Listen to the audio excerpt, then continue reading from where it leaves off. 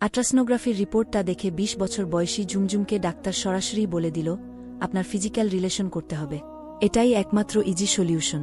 Jhumjhum doctor রেহানার কথা শুনে চমকে গেল। ঝুমঝুম বল, কি লিখা আছে এই রিপোর্টে? ডাক্তার রেহানা বল, আপনার জরায়ুতে সমস্যা আছে, এই জন্যই আপনার শরীর খারাপ হলে পেট ব্যথা করে। এখন আমি কি করব ডাক্তার? ওই যে বললাম, আপনার ফিজিক্যাল রিলেশন করতে হবে। ফিজিক্যাল রিলেশনের পর আর কোনো সমস্যা হবে না আপনার। আমরা মেডিসিন দিব, নিয়মিত খেলে ঠিক হয়ে যাবে। কিন্তু যদি এতে কাজ না হয় তবে অপারেশন করতে হবে। আর এই অপারেশনে প্রচুর রিস্ক আছে। যদি কোনো রকম প্রবলেম হয় তবে আপনি আর কোনো দিন মা হতে পারবেন না, কিংবা আপনি মারাও যেতে পারেন। তাই এই সিস থেকে মুক্তি পাবার সব থেকে সহজ উপায় হচ্ছে ফিজিক্যাল রিলেশন।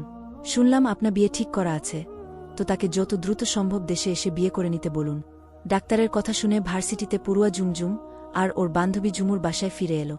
ঝুমঝুম বাসায় গিয়ে ওর মাকে সব খুলে বলল। ছোটবেলা থেকেই ঝুমঝুম ওর মায়ের সাথে খুব ফ্রি, তাই কথাগুলো বলতে ওর তেমন কষ্ট বা লজ্জা হয়নি। আর পৃথিবীতে সব থেকে বড় বন্ধুই তো মা, তাই মায়ের কাছে বলতে লজ্জাই বা কিসের।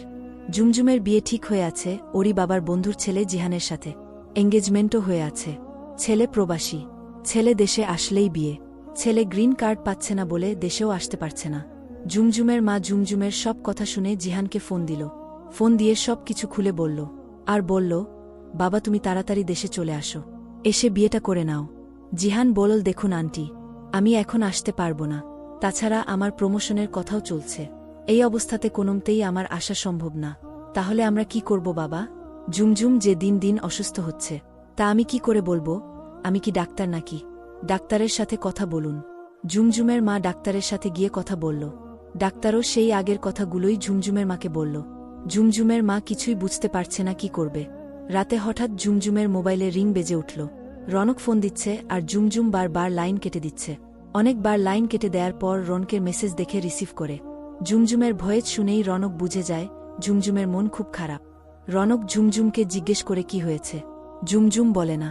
রনকের অনেক জেদের পর ঝুমঝুম রনককে মেসেজে লিখে পাঠায় ডাক্তার যা বলেছে আর জিহান যা বলেছে। ঝুমঝুম কাঁদছে। রনক কিছুতেই ঝুমঝুমের কান্না থামাতে পারছে না।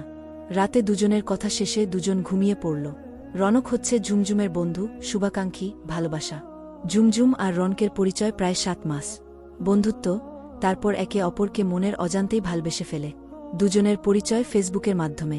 দুজন দুজনকে ভালোবাসা সত্ত্বেও ঝুমঝুম বাবার পছন্দের ছেলেকে বিয়ে করতে যাচ্ছে, কারণ ওর বাবা ওকে সরাসরি বলে দিয়েছে জিহানকে বিয়ে না করলে সে এ মুখ আর কাউকে দেখাবেন না। রনকও প্রবাসী, ওদের দুজনের সামনাসামনি এখনো দেখা হয়নি। ঝুমঝুমকে রনক বলেছে ও ঝুমঝুমের শুভাকাঙ্ক্ষী হয়ে বা বন্ধু হয়ে থাকতে চায় ওর জীবনে, তবুও ওকে হারাতে চায় না। তাই ওদের যোগাযোগটা এখনো আছে। পরের দিন ঝুমঝুম ফেসবুকে ঢুকতেই দেখে রনকের আইডি ডিএক্টিভ, নাম্বারও বন্ধ। মনে মনে খুব কষ্ট পেল। নিজের মনকে সান্ত্বনা দিল, যেখানে জিহানেরই কোনো গুরুত্ব নেই ওর অসুখে, সেখানে রনক বা কি গুরুত্ব দিবে। ঝুমঝুম দিনকে দিন অসুস্থ হয়ে যাচ্ছে। পেটে অসহ্য ব্যথা, চুল পড়ে যাচ্ছে, কিছুতেই কিছু হচ্ছে না। কোনো কিছুতেই সুস্থ হওয়া সম্ভব না ওর। 3 দিন পর হঠাৎ করেই একটা আননোন নাম্বার থেকে কল। ঝুমঝুম রিসিভ করছে না। কিছুক্ষণ পর একটা মেসেজ আসলো, ঝুমঝুম আমি রনক, রিসিভ করো। ঝুমঝুম মেসেজ দেখে আতকে উঠল, এটা তো দেশের নাম্বার, তাহলে কি রনক এখন দেশে? ভাবতে ভাবতেই ঝুমঝুম ফোন রিসিভ করল। ফোন রিসিভ করার সাথে সাথে রনক বলে উঠল, এতবার ফোন দিচ্ছি রিসিভ করছো না কেন? ঝুমঝুম বলল, তুমি জানো না আমি আননোন নাম্বার রিসিভ করি না? আর তুমি আইডি নাম্বার সব অফ করে রেখেছ কেন? রনক বলল, এই যে তুমি যে রিসিভ করো না, কখনো প্রয়োজনীয় কলও তো আসতে পারে। রনক বলল, আচ্ছা বাদ দাও, এই জায়গায় যেই নদীটা আছে সেখানে চলে আসো, আর এক্ষুনি চলে আসবে। ঝুমঝুম বলল, মানে কি? নদীতে কি? ওখানে আসব কেন? রনক বলল, নদীতে মাছ ধরব, তাই আসবে, তাড়াতাড়ি এসো। ঝুমঝুম হতভম্ব হয়ে বলল, তুমি মাছ ধরবে মানে? তুমি কি নদীর ধারে এসেছ? দেশে আসলে কবে? রনক রাগী কণ্ঠে বলল, আরে বাবা এত কথা না বলে এসো তো তাড়াতাড়ি। না আসলে কিন্তু আমি সারাদিন সারা রাত এখানে অপেক্ষা করব, তাড়াতাড়ি আসো। এই কথা বলে রনক ফোন রেখে দিল। ঝুমঝুম তাড়াতাড়ি করে একটা নীল শাড়ি পরে নিল ওর এক ভাবির কাছে গিয়ে। হাতে নীল চুড়ি, কপালে ছোট্ট একটা নীল টিপ। নীল রনকের প্রিয় রং। রেডি হয়ে চলে গেল নদীর ধারে। গিয়ে দেখে পেছন ফিরে একটা ছেলে দাঁড়িয়ে আছে, কাঁধে একটা ব্যাগ ঝুলানো। ঝুমঝুম কাছে গিয়ে দাঁড়াতেই রনক ঘুরে দাঁড়াল। ঝুমঝুমের দিকে তাকাতেই রনক যেন সেন্সলেস হবে এমন উপক্রম। অপলক চেয়েই আছে রনক ঝুমঝুমের দিকে। ঝুমঝুম হালকা একটা কাশি দিয়ে জিজ্ঞেস করল, কেমন আছো? রনক বলল, এই তো আছি ভালো। তুমি কেমন আছো? ঝুমঝুম বলল, এই তো বেঁচে আছি। রনক বলল, নীল শাড়িতে তোমায় অনেক সুন্দর লাগছে, ঠিক যেন পরীর মতো। ঝুমঝুম বলল, থাক আর ফোলাতে হবে না, এমনিতেই দিন দিন ফুলে যাচ্ছি। তুমি না দেশে চলে আসলে আর যেতে পারবে না ওখানে? 2 বছর পর না আসতে চাইলে? তবে হুট করে চলে আসলে যে? এমনি তোমাকে কাছ থেকে খুব দেখতে ইচ্ছে করছিল, তাই তোমাকে দেখতে আর সারপ্রাইজ দিতে চলে আসলাম। ঝুমঝুম মনে মনে ভাবছে, রনক আমার জন্য নিজের জব ফেলে দেশে চলে আসলো, যেখানে ও জানে যে একবার চলে আসলে 2 বার আর যেতে পারবে না। আর জিহান, ওর তো হবু বউ আমি, ও আমার জীবনের পরোয়াও করল না। ওর কাছে প্রমোশনটাই বড় হয়ে গেল। ভাবতে ভাবতে চোখ বেয়ে 2 ফোঁটা অশ্রু ঝরে পড়ল ঝুমঝুমের চোখ থেকে। এই ঝুমঝুম, কি হয়েছে? ঝুমঝুম বলল, কিছু না। রনক বলল, চলো আজ আমরা সারাদিন ঘুরব। ঝুমঝুম বলল, না, আমি বাসায় যাব, সবাই চিন্তা করবে। রনক বলল, তুমি আজ আমার সাথে ঘুরবে? কোথাও যাবে না তুমি? তোমার মনে আছে আমি তোমার জীবন থেকে একটা দিন তোমার কাছে আবদার করেছিলাম? বলেছিলাম একটা দিন তুমি আমাকে দিবে, সেই দিনটা শুধুই আমার হবে আমার। সেই দিনটার উপর তোমার কোনো দাবি থাকবে না। আজকের দিনটা তোমার কাছে চেয়ে নিচ্ছি, ফিরিয়ে দিও না। ঝুমঝুম রনকের মিনতিতে রাজি হলো সারাটা দিন রনকের সাথে ঘুরতে। হয়তো আজই ওদের শেষ দেখা আর আজই শেষ ঘোরা। ঝুমঝুম আর রনক জায়গায় জায়গায় ঘুরে বেড়াচ্ছে, দেখার মতো সুন্দর সুন্দর জায়গাগুলোতে। পা বাড়িয়েছে অজানা গন্তব্যে, যেখানে মন চায় ছুটে বেড়াচ্ছে। ঘুরতে ঘুরতে হঠাৎ করেই বৃষ্টি শুরু হয়ে গেল, সাথে তো বিদ্যুৎ চমকানো আছেই। দৌড়ে ওরা একটা বাসায় ঢুকল। দরজা নক করতেই এক বৃদ্ধা মহিলা এসে দরজা খুলে দিল। বলল, কারা তোমরা? কাকে চাও? রনক বলল, বাইরে খুব বৃষ্টি হচ্ছে আর বিদ্যুৎ চমকাচ্ছে, তাই একটু আশ্রয়ের জন্য এসেছি। বৃষ্টি কমলেই আমরা চলে যাব। বৃদ্ধ মহিলা বলল, কি হো তোমরা? ঝুমঝুম মাত্রই বলতে যাবে, আমরা বন্ধু। রনক ঝুমঝুমকে থামিয়ে দিয়ে বলল, আমরা সদ্য বিবাহিত স্বামী স্ত্রী। বুড়িমা ওদের ঘরে ঢুকতে বলল। বাসায় বুড়িমা আর তার বর থাকেন। বর বাজারে গিয়েছে, বৃষ্টির জন্য ওখানেই আটকা পড়েছে। আর তাদের সন্তানেরা সবাই প্রবাসী, তারা দেশের বাইরে থাকে। বুড়িমা ওদের শরীর মোছার জন্য তোয়ালে বের করে দিল, আর ঝুমঝুমকে তার জুয়ান কালের একটা লাল রঙের শাড়ি বের করে দিল। রনককে দিল তার বরের একটা পাঞ্জাবি, হাতে একটা জ্বলন্ত মোমবাতি দিয়ে বলল, তোমরা ওই রুমটাতে যাও, ওটা আমার ছেলের আর বউ এর রুম। ওখানে গিয়ে তোমরা কাপড় চেঞ্জ করে নাও, অনেকটা ভিজে গেছ। দুজন কোনো কথা না বাড়িয়ে চলে গেল রুমটাতে। রুমে ঢুকে দুজন দুদিকে ঘুরে দাঁড়িয়ে আছে, কারো মুখে কোনো কথা নেই, হয়তো লজ্জায় নয়তো সংকোচে। কিছুক্ষণ পর রনক বলল, শাড়িটা চেঞ্জ করে নাও, জ্বর এসে যাবে, ঠান্ডা লেগে যাবে। ঝুমঝুম বলল, লাগুক। রনক বলল, প্লিজ এমন করে না, পরে নাও শাড়িটা, বৃষ্টি কমলেই আমরা চলে যাব। রাগ করো না প্লিজ, আমি আমাদের পরিচয় স্বামী স্ত্রী দিয়েছি, অন্য কিছু বললে উনারা মাইন্ড করত, হয়তো রুমেও ঢুকতে দিত না। আমি রাগ করিনি, ইটস ওকে। তাহলে শাড়িটা পরছো না কেন? আমি যে শাড়ি পরতে পারি না তুমি জানো না?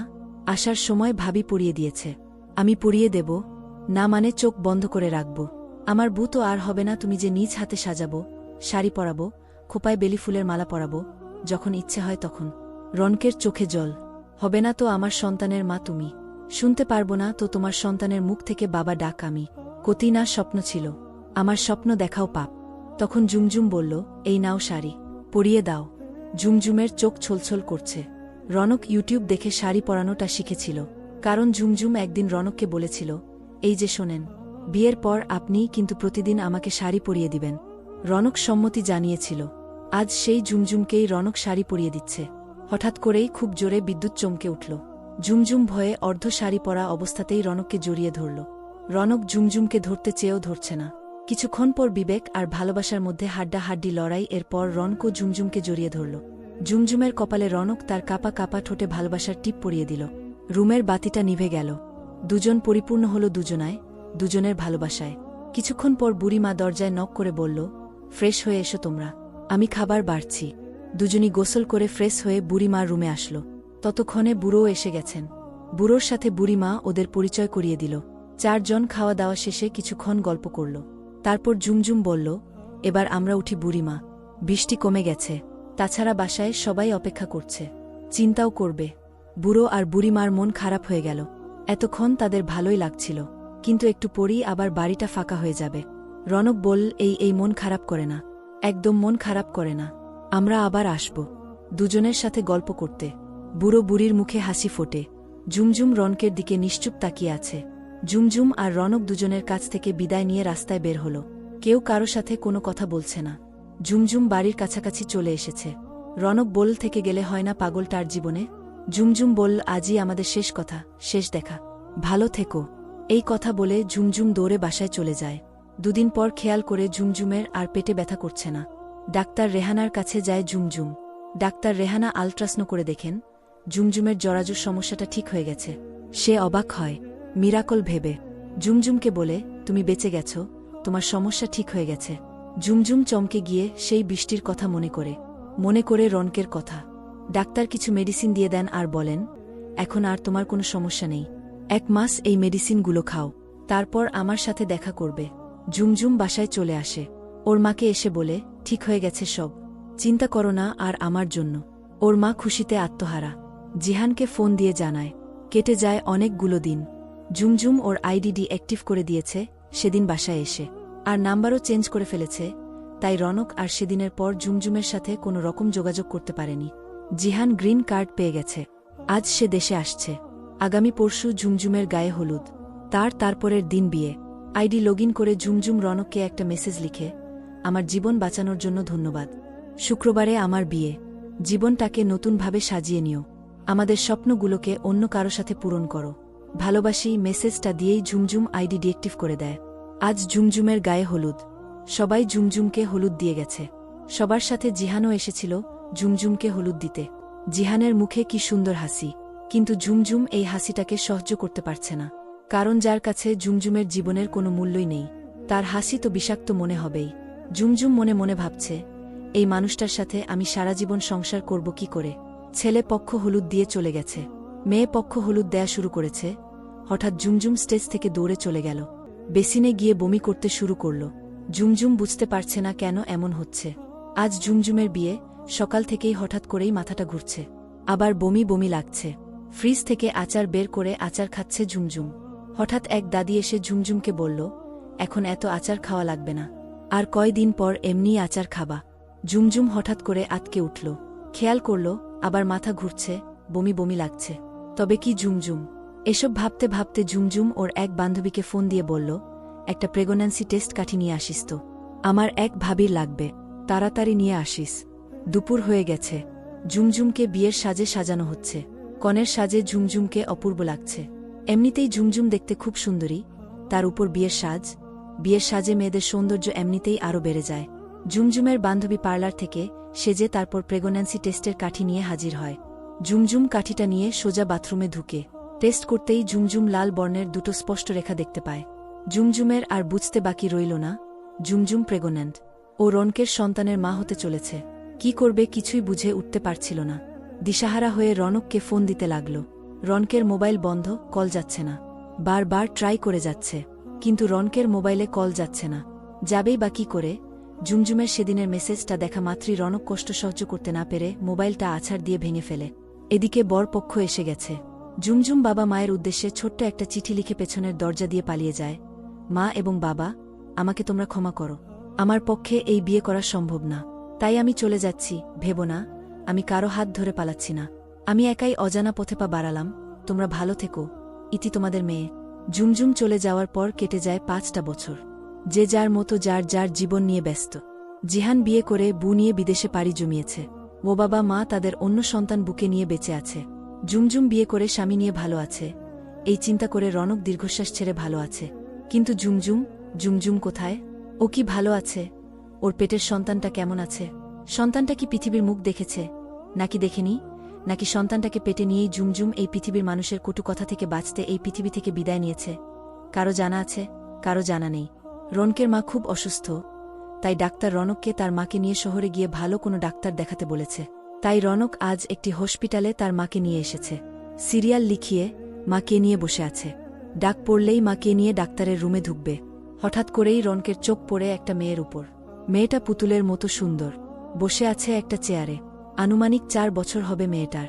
মেয়েটার হাতের পুতুলটা নিচে পড়ে গেছে, তাই ওটা উঠানোর চেষ্টা করছে মেয়েটা। রনক দৌড়ে গিয়ে পুতুলটা তুলে মেয়েটার হাতে দেয়। মেয়েটা মুচকি একটা হাসি দিয়ে রনককে ইশারায় ধন্যবাদ জানায়। রনক চমকে উঠে মেয়েটার হাসি দেখে। মেয়েটার হাসিটা ঠিক ঝুমঝুমের মতো, আর চোখ দুটো একদম রনকের মতো। রনক মেয়েটাকে জিজ্ঞেস করে, তুমি এখানে কেন? মেয়েটা ডাক্তারের চেম্বার দেখিয়ে দেয় আঙুল দিয়ে। রনক জিজ্ঞেস করে, তোমার সাথে আর কেউ আসেনি? মেয়েটা মাথা নাড়িয়ে হ্যাঁ বলে। রনক জিজ্ঞেস করে কোথায় সে? মেয়েটা রাস্তা দেখিয়ে দেয়।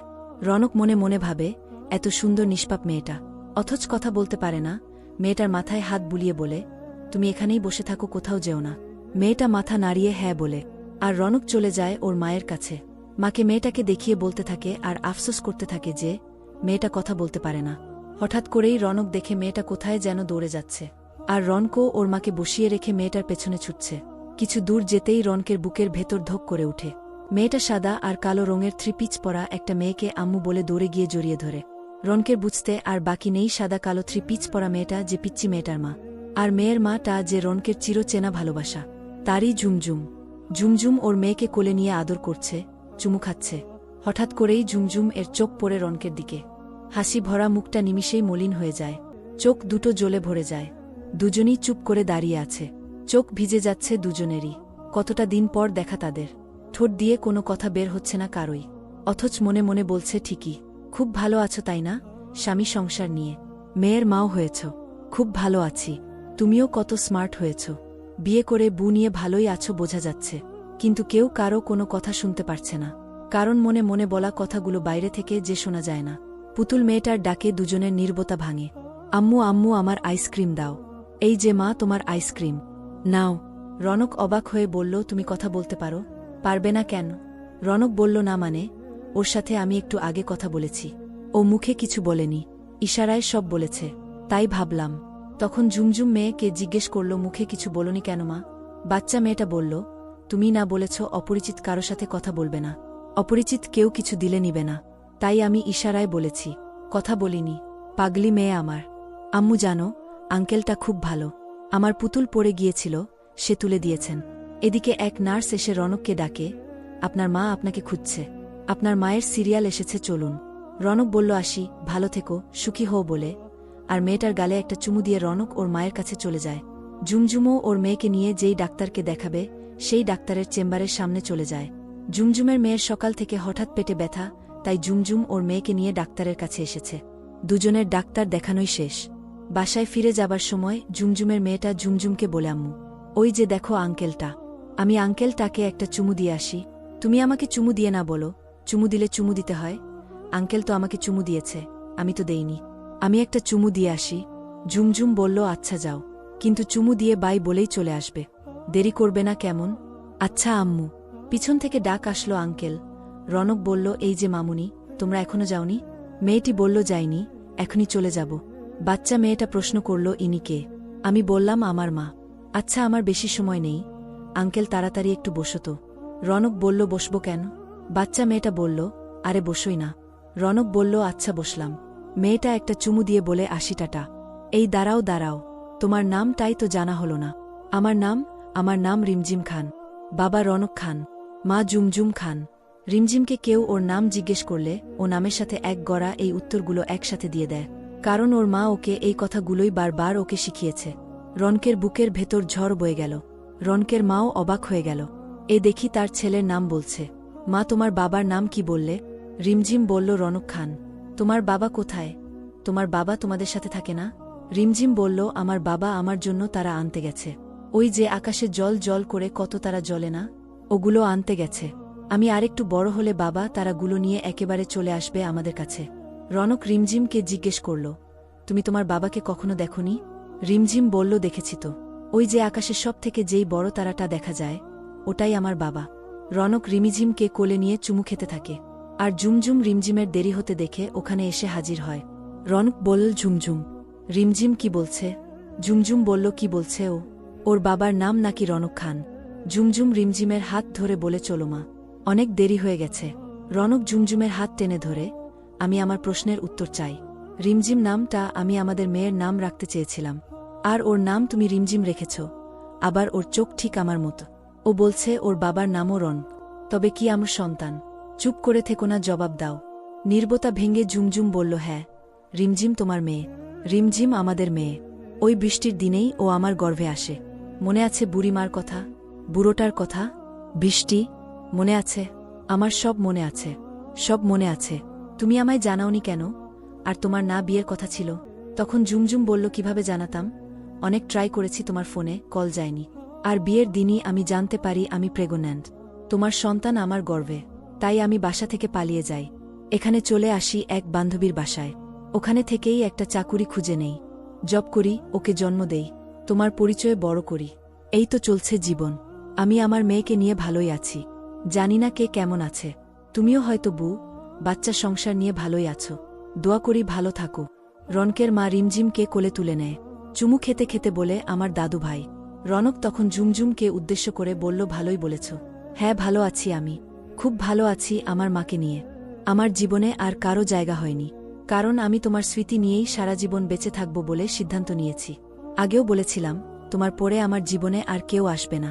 তুমি হয়তো কথাটা সিরিয়াস ভাবে নাওনি, কিন্তু আমি সিরিয়াস ভাবেই বলেছিলাম। ঝুমঝুম অবাক হয়ে বলল, তুমি বিয়ে করনি? রনক বলল, বিয়ে মানুষ কয়বার করে, মনে আছে? আমি বিদেশ থাকাকালীন তুমি আর আমি বিয়ে করেছিলাম, বলেছিলাম আজ থেকে তুমি আমার বউ। তুমিও মেনে নিয়েছিলে, কিন্তু পরে তোমার বাবা মায়ের ডিসিশনে সব চেঞ্জ হয়ে গেল। তুমি ভুলে গেলেও আমি ভুলিনি সেদিনের কথা। আর সেদিন থেকেই আমি তোমায় আমার বউ বলে আর নিজেকে তোমার স্বামী বলে স্বীকার করে নিয়েছিলাম।